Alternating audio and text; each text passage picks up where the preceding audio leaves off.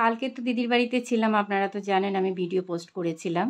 তো দিদির বাড়িতে ইলিশ মাছ রান্না করেছিলাম। ওই ইলিশ মাছটা কীভাবে রান্না করেছি সেটাই আপনাদের সঙ্গে একটু শেয়ার করছি। যদি ভালো লাগে প্লিজ একটু লাইক কমেন্ট শেয়ার করে দেবেন।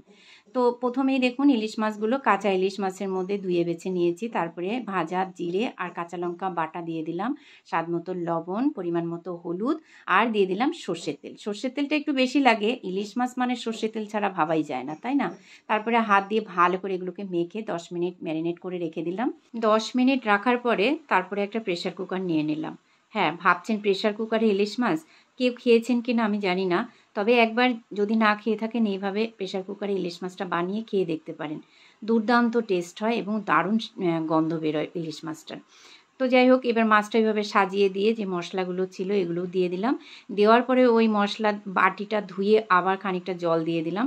ওই ধরুন জলটা এমন পরিমাণে দিতে হবে যে মাছ থেকে 1 কোর পর্যন্ত জল দিয়ে 3টে সিটি দেব। 3টে সিটি দেওয়ার পরে প্রেশার কুকার ঠান্ডা হলে খুলে আবারও কিন্তু 2 মিনিট একটু ফুটিয়ে নিতে হবে, তবেই কিন্তু টেস্টটা আরও ভালো হবে।